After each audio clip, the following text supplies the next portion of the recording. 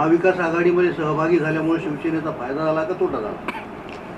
महाविकास आघाडीमध्ये चांगल्या रीतीनं या महाराष्ट्राच्या जनतेचे प्रश्न सोडवण्यासाठी चांगल्या रीतीनं उद्धवजींच्या नेतृत्वाखाली चांगलं सरकार चालू आहे. 2-2.25 वर्षांमध्ये काय कमी प्रयत्न झाले वेगवेगळ्या गोष्टी हे करत असताना की काय कशा रीतीने हे जाईल, रोजची भविष्यवाणी, रोजचे ज्योतिष आणून बसवून आज होईल उद्या होईल ही सगळी भविष्यवाणी सारखी सुरू आहे. पण याचा फरक कुठं पडला आहे का? चांगल्या रीतीनं ज्या समाजातील घटकांचे जे प्रश्न आहेत ते दर कॅबिनेटला विधानसभेचं आणि विधान परिषदेचं जे अधिवेशन असेल प्रश्नांची उकल करणं, समस्यांचं निराकरण करणं एक चांगल्या रीतीनं तिन्ही पक्षांचं नेतृत्व मिळून चांगल्या रीतीनं उद्धवजींच्या नेतृत्वाखाली चाललं. कशा रीतीने आपण विचारलेला प्रश्न त्याच्यामध्ये उत्तर तुम्ही देताय की ज्या पद्धतीने आता ईडी म्हणा, CBI म्हणा, ह्या केंद्रीय तपास यंत्रणा यांचं एक महत्त्व आहे. याचा एक कुठंतरी एक आपण डेटरन्स म्हणतो की बाबा कुठल्या गोष्टी याच्या होऊ नयेत, कायद्याच्याद्वारे व्यवस्थित सगळं चालावं अशा प्रकारचं असलेल्या यांचं वर्षानुवर्षाचं महत्त्व आहे. आज त्याचा सर्रेरास असाच वापर करून आणि त्या ससेमिरा ज्याला पाहिजे जो कोणा विरोधात बोलला त्याच्या विरोधामध्ये सगळं हे लावून आणि खास करून जिथं आज बिगर BJP सरकार आहेत ज्या राज्यांमध्ये तिथे याचा सर्रास वापर केलेला दिसतो आहे. मीडियामधनं आपणच लिहित आहे आणि त्यामुळे या प्रकारचं हे करून कुठंतरी यांची विश्वासार्हता कमी होते की काय या संस्थांची एवढ्या मोठ्या. राष्ट्रवादीचे गडबड घोटाळे करणारे मंत्री त्यांना पाठीशी घातल्यामुळे शिवसेनेची बदनामी होती असं नाही का वाटत? आता हे आरोपच आहेत. आरोप शेवटी सिद्ध होणं हे सगळ्यात मोठं हे असतं आणि कोणी उठून बेछूट आरोप करणं आणि त्या याच्यावरून मग ती बदनामी होणं वगैरे. महाराष्ट्राची जनता या सगळ्या गोष्टी, महाराष्ट्राची जनता सुज्ञ आहे, महाराष्ट्राचे नागरिक. त्यामुळे आपण सुद्धा त्याच एक याचा लोकशाहीच्या याच्यामधले एक स्तंभ आहात प्रमुख. त्यामुळे तुम्ही सुद्धा लिहिता त्या तुमच्या लिखाणामध्ये सुद्धा येतं. न्यायालयाने हे केलेलं आहे त्याच्यामुळं आता जे मंत्री आहेत, अनिल देशमुख आहेत, नवाब मलिक आहेत, न्यायालयाने हे केलं आहे त्याच्यामुळं जे न्यायालयाने केलं किंवा ज्या ठिकाणी ज्याचं गांभीर्य आहे त्या ठिकाणी झालेल्या गोष्टी आहेत आणि त्याची चौकशी होणं, न्यायप्रविष्ट असलेले विषय न बोलणं वगैरे ह्या सुद्धा गोष्टी आहेत. परंतु काही नाही. आज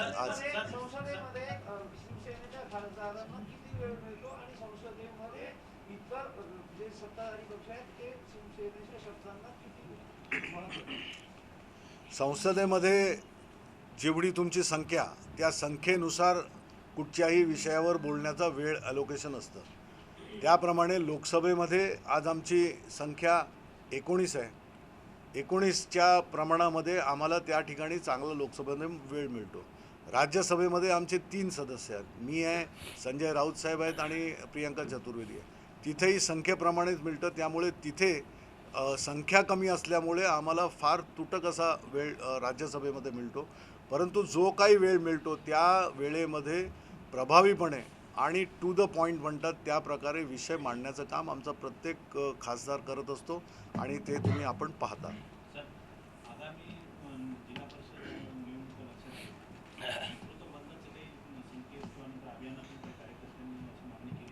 ज्या बऱ्याचशा गोष्टी आलेल्या आहेत त्याच्यावर चर्चा होईल, साहेबांसमोर अहवाल असेल. या सगळ्या मंडळींनी मिळून व्यवस्थितरित्या हे केलेलं आहे आणि कुठेही कुठचंही पूर्वग्रह किंवा अशा प्रकारचं हे ठेवण्याचं कारण नाही आहे. कारण स्वतःच्या घरालाच मजबूत करणं, सक्षम करणं, जी साखळी आहे त्याच्यामध्ये चांगल्या रीतीने काम करणारे हे कार्यकर्ते आहेत. त्यांचा उत्साह, त्यांचा एक आत्मविश्वास वाढवणं हे या मागचं कारण आहे. हां, असं नाही आहे, नाराज वगैरे नाही आहे. ज्या काही साध्या छोट्या मोठ्या कुरबुरी असतील, शेवटी पक्षांमध्ये प्रत्येक पक्षाच्या ठिकाणी अशा गोष्टी असतात. तिथं त्यांना व्यवस्थितरित्या त्याची उकल करणं, जिथं जो माणूस पाहिजे, right man at right place म्हणतात त्या प्रकारची एक नेमणुका व्यवस्थित येणाऱ्या दिवसांमध्ये होईल आणि एक मजबूत असा नांदेड, शिवसेनेचा भगवामय नांदेड आपल्याला बघायला मिळेल. अजिबात नाही. आता ज्या वेळेला पाहिजे त्या मुख्यमंत्री नाही, त्याच्यानंतर याच्या आधी पालकमंत्री असायचे ते पण फार वेळ द्यायचे नाही. पालक बघा, ज्या त्रुटी किंवा ज्या गोष्टी ज्याची डेफिशियन्सी आपल्याला कुठे दिसते त्या ठिकाणी व्यवस्थितरित्या मजबूतीकरण हे उद्धवजी, कारण उद्धवजी स्वतः लक्ष ठेवून आहेत रोज एवढ्या सगळ्या व्यस्त कारभारातून व्यस्त त्यांच्या शेड्यूलमधून सुद्धा ते विचारत असतात, बोलत असतात. त्यामुळे संजय राठोड साहेब गेल्यानंतर पुन्हा मंत्रीच नाही. नाही, आता येईल ना, मिळेल त्या जिल्ह्यामध्ये गोष्टी. आपण पाणी गेले सामान्य शिवसैनिक काय म्हणतोय आणि आपण काय वाटतंय आगामी निवडणुका? महानगरपालिकेपासून ते येणाऱ्या स्थानिक स्वराज्य संस्थांच्या प्रत्येक निवडणुकीमध्ये शिवसेनेचा भगवा डौलाने फडकेल अशा प्रकारचा पण आणि अशा प्रकारचा निर्धार प्रत्येक कार्यकर्त्याने जो बोलला आहे त्याने व्यक्त केलेला आहे. सर, मुंबईहून आलेल्या पक्ष निरीक्षकांनी काल आपल्यासोबत बैठक घेतली. रात्री दीड तास जवळपास आपण चर्चा केली.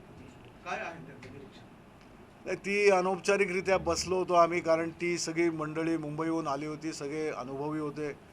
त्यांना इथे आलेले अनुभव, त्यांनी कशा रीतीनं हे सगळं काम केलं, वेगवेगळे, कारण पैलू वेगवेगळे असतात. एक संघटना बांधणी असते, एक सामाजिक समस्या असतात, एक राजकीय घडामोडी कशा रीतीने आहेत, काय आहेत, याचा एक कुठंतरी एक कानोसा घेतला जातो आणि त्याची मांडणी होते.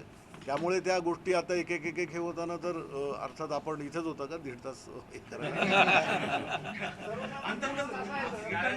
माहिती राजकारणात असा सर्वसामान्य समज आहे, नेते कोणत्याही पक्षाचे असो, पण ते सर्व एकत्र असतात, जनतेसमोर मांडताना आपले विचार वेगवेगळे व्यक्त करतात आणि आतूनही सर्व नेते मंडळी एकच असते. आपलं व्यक्तिगत विचार काय? नाही, मला प्रश्न बरोबर नाही काय म्हणा. राजकीय मंडळी हो. कोणत्याही पक्षाचे हां, असो. हा जनरलाइज प्रश्न आहे. प्रत्येक आपल्या पक्षाची विचारधारा, आपल्या पक्षाची भूमिका याचं एक गणित असतं, याचं एक कुठंतरी एक चांगल्या रीतीने विचार करून शेवटी ठरलेलं धोरण असतं.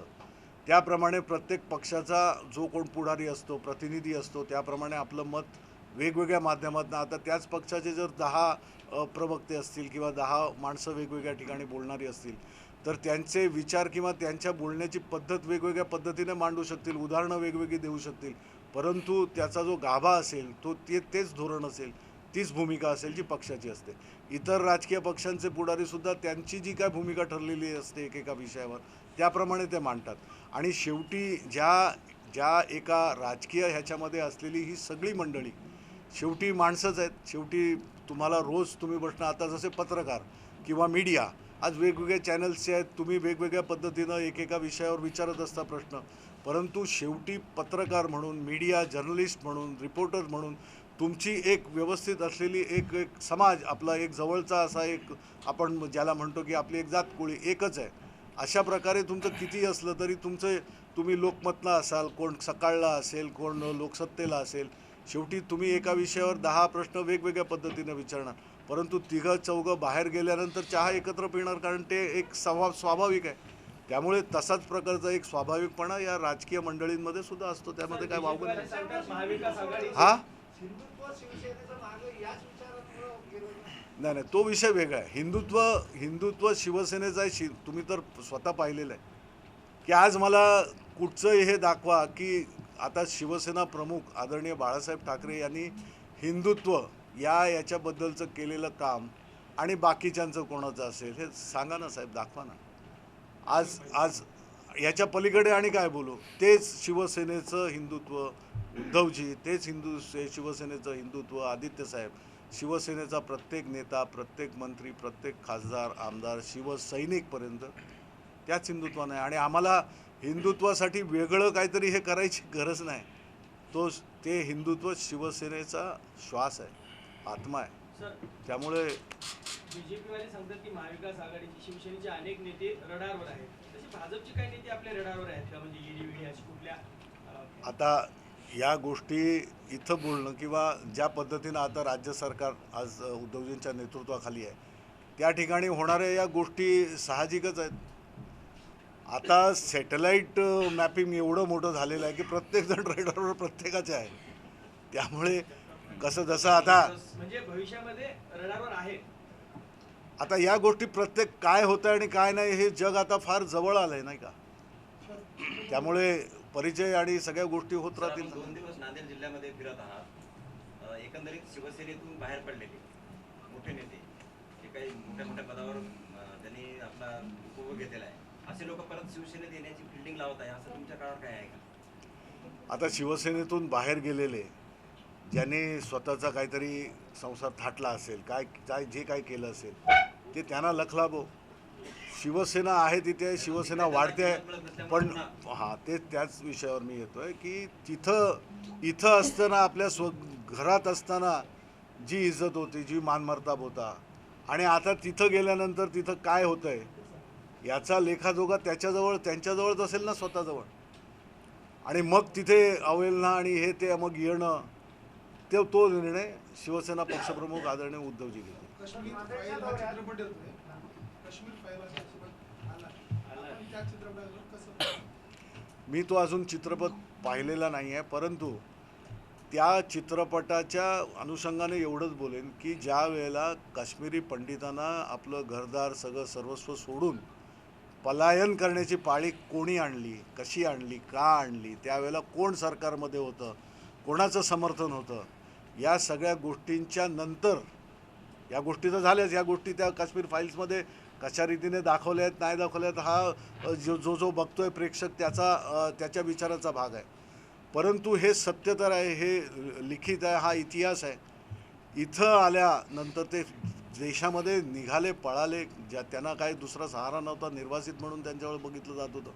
पण महाराष्ट्राच्या वेशीवर आल्यानंतर, महाराष्ट्रामध्ये आल्यानंतर शिवसेना प्रमुख आदरणीय बाळासाहेब ठाकरे होते की ज्यांनी त्वरित यांना व्यवस्थितरित्या यांचं हे बसवा, यांना नीट यांचं हे करा, मुलांना शिक्षणापासून ते त्यांच्या राहण्यापर्यंत त्यांना जे केलं. आज काश्मीरी पंडितांच्या काही सेटलमेंट्स म्हणजे कॉलनीज आहेत, राहत आहेत ते, त्यांना घरं मिळाली, त्यांचं सुस्थापित झाले ते. त्या लोकांना तुम्ही फक्त विचारा, तुमचीसुद्धा माध्यमं असतील, तुमचे प्रतिनिधी असतील, की आज तुम्हाला या बाबतीमध्ये काय म्हणायचं आहे. एकच म्हणतात ते की आमचं दैवत हे हिंदू हृदय सम्राट शिवसेना प्रमुख बाळासाहेब ठाकरे आहेत. त्यांनी आम्हाला थारा दिला, त्यांनी आम्हाला वाचवलं. आज जे काय आमची मुलं किंवा आमची प्रगती होते ती त्यामुळे. आज एवढं अफाट काम केलं हो. त्यामुळे आणि ते करताना कुठंतरी असा विचार नव्हता की हे काय 20 वर्षांनी 30 वर्षांनी असं काहीतरी येईल किंवा कोणतरी याचा उहापोह करेल किंवा या बाबतीमध्ये चर्चा घडवून आणेल आणि त्यामध्ये काय करावं न करावं अशा ही भावना कधीच नव्हती. जे प्रश्न हाती घेतले, ज्या समस्या लोकांच्या बघून साहेबांनी हात घातला, तिथं कर्तव्यदक्ष एवढंच होतं, राष्ट्रभक्ती एवढंच होतं आणि निस्सीम प्रेम मानवतेवर या भावनेतनं केलेलं काम शिवसेना प्रमुखांचं आहे आणि ती शिवसेना. दोन बडी नेते परत शिवसेनेत येतात. हां काल हदगाव दौऱ्यामध्ये होतात. हां हदगावचे दोन मोठे नेते परत शिवसेनेत येतात. आता हेच मी बोललो, ज्यांना या गोष्टी सगळ्या कळल्या आहेत, कुठं कुठं आपण गेलो, काय झालं काय नाही, या माध्यमातून त्यांनी त्यांचं स्वतःचा अनुभव हे करून आज ते परत शिवसेनेजवळ करतात. शिवसेना पक्षप्रमुख या बाबतीमध्ये विचार करून भूमिका ठरवतील. नांदेड जिल्ह्याच्या दौऱ्यामध्ये आपल्या शिवसैनिक लोकांनी आपल्याला हे काय आपल्याला समस्या आहे हे सांगितलं. तसं पाणी कुठे नाही आहे, रस्त्यांची अवस्था काय आहे, सर्वसामान्य माणसाला काय गरज आहे, शेतकरी कसा आहे, लाईट बिलचं काय, ह्या सर्व मुद्द्यांना आपण जमा केलंय आणि ते मुख्यमंत्र्यांकडे जाणार आहे. अगदी त्याचा कोणती समस्या आपल्याला सर्वात जास्त? यामधली समस्या वेगवेगळ्या होत्या. काही केंद्र सरकारशी निगडीत समस्या आहेत बऱ्याचशा ठिकाणी. त्या प्रकारचा अहवाल आम्ही हे केल्यानंतर त्या गोष्टी नक्कीच माध्यमातूनच आम्ही केंद्र सरकारजवळ त्याचा पाठपुरावा करू. ज्या गोष्टी इकडच्या राज्य सरकारच्या निगडीत आहेत, काही इकडच्या लोकल प्रशासनाशी आहेत, त्या ठिकाणी तातडीनं त्या बाबतीमधले निर्णय घेतील. वेगवेगळ्या गोष्टी आहेत. काही जणांचं आलं की युक्रेनमध्ये शिकणारे आमची मुलं आहेत मराठवाड्यातील, नांदेड जिल्ह्यातील, ती परत आली आहेत, त्यांच्या शिक्षणाचा प्रश्न काय करणार. तर त्या बाबतीमध्ये सुद्धा महाराष्ट्र सरकारतर्फे काय करू शकतो आणि सगळ्यात जास्त केंद्र सरकार त्या बाबतीमध्ये काय करेल या गोष्टी. कारण काहींचं 1 वर्ष राहिलं आहे तिथं कंप्लीट झाल्यानंतर इथे येऊन मेडिकल काउन्सिल ऑफ इंडियाची एक्झाम त्यांना द्यायला लागते इंडियनमध्ये. त्यामुळे या सगळ्या ज्या निगडीत ज्या ठिकाणी आहेत त्या ठिकाणी त्याचं समस्यांचं निराकरण करण्याचं पुरेपूर व्यवस्थित त्याचं हे होईल. मंत्री सुभाष देसाई यांनी औरंगाबादच्या सेंद्रा MIDC मध्ये शिवसैनिकांना विना निविदा प्लॉट्स दिलेले आहेत आणि त्याची शिफारस स्वतः विनायक राऊतांनी केली. याविषयी काय सांगता? आता हे तुम्ही जे सांगताय त्याबद्दल आदरणीय सुभाष देसाई साहेबांजवळ काय कुठच्या गोष्टी आल्या असतील तर निश्चितच त्या बघितल्या जातील.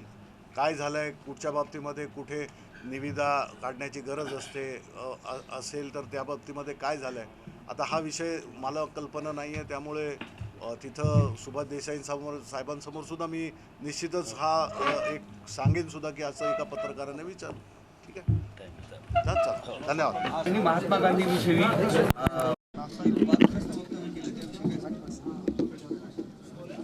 आता या असं वादग्रस्त विषय मांडणं, राष्ट्रपिता असेल किंवा महापुरुष आहे ज्यांनी एक युगपुरुषाचं काम केलेलं आहे अशांबद्दल एखादा विचारवंतांच्या माध्यमातून त्यांच्या याच्यामधनं आला असेल तर त्यांचा दृष्टिकोन पहिला बघायला लागेल की त्यांनी कुठल्या दृष्टिकोनातनं या गोष्टी अशा रीतीनं मांडल्या. कारण काय की एखाद्या व्यक्तीने ज्याने संपूर्ण जीवन आपलं वेचलं देशासाठी, ज्याने केवढं मोठं काम केलं, इतिहासात त्याची नोंद आहे, आज त्यांना उपाधी मिळाली आहे, अशा महापुरुषाने केलेल्या कामाबद्दल जर एखाद्यानं त्या बाबतीमध्ये वेगळ्या पद्धतीनं हे केलं तर त्याचा दृष्टिकोन काय हे कळलं पाहिजे की कुठल्या बाबतीमध्ये या बाबतीत अशी टीका टिप्पणी केलेली आहे. आपण कसं त्याबद्दल व्यक्त आज एकंदरीत तुम्ही बघितलं तर हां शिवसेनेच्या मागे ईडी ज्या पद्धतीने लागलेली आहे, हां हां शिवसेनेच्या राजकीय नेत्यांच्या पाठीमागे ज्या पद्धतीने ईडी लागलेली आहे किंवा ज्या पद्धतीने तपास होतो त्याच्याकडे आपण कसं बघतो? तेच म्हटलं, केंद्रीय तपास यंत्रणेचा जो काय अशा प्रकारे वापर केल्याने जो ससेमिरा लावलेला आहे यामध्ये किती तथ्य आहे, काय हे केलं जातं आहे आणि हे बिगर भाजप राज्य असलेल्या या राज्यांमध्येच का होतं आहे हे सगळं आता लोकांमध्ये सुद्धा जनतेला कळते आणि जनतेच्या भावनाही तीव्र होत आहेत. आणि या जोडीनं त्या केंद्रीय तपास यंत्रणांचा जे काही महत्त्व आहे ते महत्त्व कमी होऊन त्या खेळ्या होत आहेत की काय, अशा प्रकारचा प्रश्न आता जनता विचारायला लागली. आता हे त्याच्याशिवाय काय असू शकतं? संजय राऊतांनी असं म्हटलं की दिल्लीतही एक पुतीन आहेत जे वारंवार देशातील नागरिकांवर मिसाईल सोडतात, याविषयी आता हे तर तुम्ही बघतातच आहेत. ही जी राज्य आहेत, पश्चिम बंगाल आहे, महाराष्ट्र आहे, आज जिथं खाली केरळ आहे किंवा बाकीच्या ठिकाणी जिथं बिगर BJP शासित राज्य आहेत त्या ठिकाणच्या लोकांमध्ये अशा प्रकारचं हे जे मिसाईल्स तुम्ही म्हणताय संजय राऊत साहेबांना, तर त्या प्रकारचं ते झेलायला लागतं आहे ना लोकांना. मग ते दुसऱ्या पक्षात आहेत म्हणून त्यांनी चूक केली आहे, ते विरोधी पक्षामध्ये आहेत म्हणून त्यांनी चूक केली आहे. आज लोकशाहीचं जर जतन आणि लोकशाही जर आपली सगळ्यात श्रेष्ठ लोकशाही म्हणून जगामध्ये देशाचं नाव आहे, त्या ठिकाणी अशा प्रकारचे आलं तर या गोष्टी अशा रीतीने जसे बोललं ना. आता आपण बोलत असताना म्हणालात की जशाला तसं उत्तर देण्यासाठी सगळ्यांकडे सगळेच एकमेकांच्या रडारवर आहेत. नेमकं काय म्हणायचं तुम्हाला? जशाला तसं उत्तर म्हणण्यापेक्षा आज जर बघा सगळ्या गोष्टी ह्या आज टेक्नॉलॉजीमुळे म्हणा किंवा इतर गोष्टींमुळे फार जग जवळ आलं आहे. त्यामुळे एक जसं तुम्ही तुमच्या ह्याच्यामधनं पाहता तशाच प्रकारच्या गोष्टी, तशा प्रकारच्या झालेल्या गोष्टी या राज्य सरकारकडे सुद्धा ज्या असतील ते येतील क्रमाक्रमाने. दिसेल कोणी काय केलं आणि काय नाही ते. राज्य सरकारच्या रडारवर कोण कोण आहेत? आता हे आम्ही कसं सांगणार तुम्हाला कोण आहे काय आहे? हे जसं त्यांनी हे करताना त्यांनी एक हे करायला लावलं आहे त्या प्रकारचं इथे सुद्धा तशा प्रकारच्या गोष्टी झालेल्या असतील असं म्हणजे त्याच्यामध्ये तथ्य असेल. राज्य सरकार काय अशा प्रकारचं जशाच तसं म्हटल्यानंतर त्याच सुडाच्या भावनेनं वगैरे करण्याचा प्रश्न येत नाही. तो नेतृत्व उद्धवजींचं जे आहे हे अशा प्रकारच्या याने हे नाही. महाविकास आघाडीचं सरकार चांगल्या रीतीनं काम करतं आहे, परंतु ज्या गोष्टी आहे बोलण्याच्या ओघामध्ये ज्या गोष्टी असतील त्या प्रकारे यासुद्धा पाहिल्या जातील.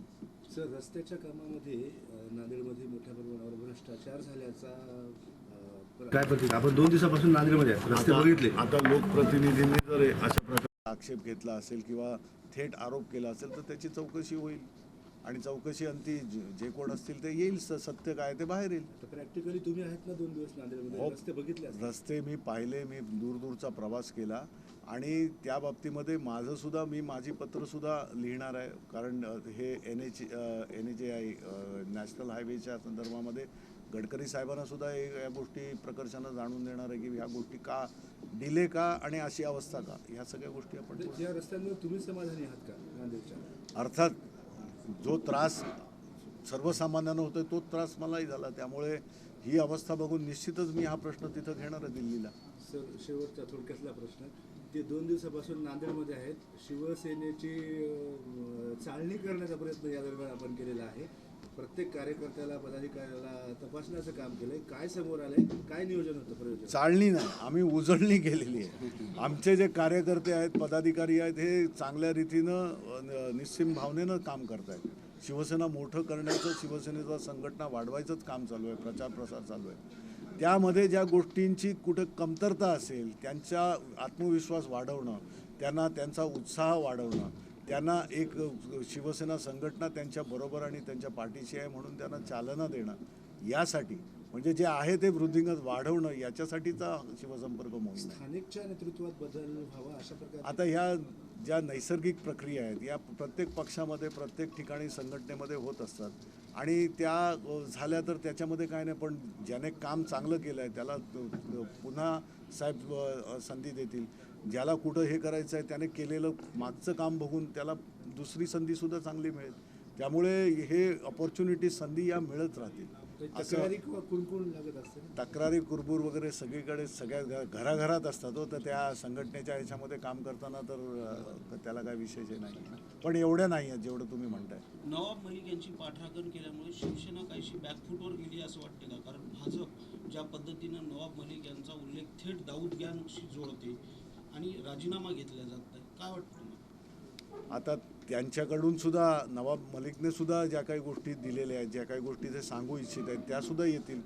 त्यामुळे पाठराखण वगैरेचा प्रश्न येत नाही आणि त्यांनी केलेलं कुठचं असं हे नाही आहे की ज्या पद्धतीनं शिवसेनेला कुठंतरी त्या याच्याबद्दल एक महाविकास आघाडीमध्ये मित्रपक्ष असल्याबद्दल फार मोठे आहे असं अजिबात नाही. हे भासवलं जातं आहे, हे दाखवलं जातं आहे किंवा हे तसं भासवण्याचा प्रयत्न यांच्यावर केविल वाढवण्याचा प्रयत्न केला जातो आहे, तसं काही नाही आहे. एकत्र येणाऱ्या शिवसेना पक्षप्रमुख आदरणीय मुख्यमंत्री उद्धवजी ठाकरे, शिवसेना नेते आदित्यसाहेब ठाकरे हे निर्णय घेतील आणि एक मात्र निश्चित हे आताच सांगतो की या येणाऱ्या मुंबई महानगरपालिकेच्या निवडणुकीमध्ये शिवसेनेचा भगवाच तिथे डौलाने महापालिकेवर फडकणार आणि शिवसेनेचाच महापौर मुंबई महानगरपालिकेवर होणार.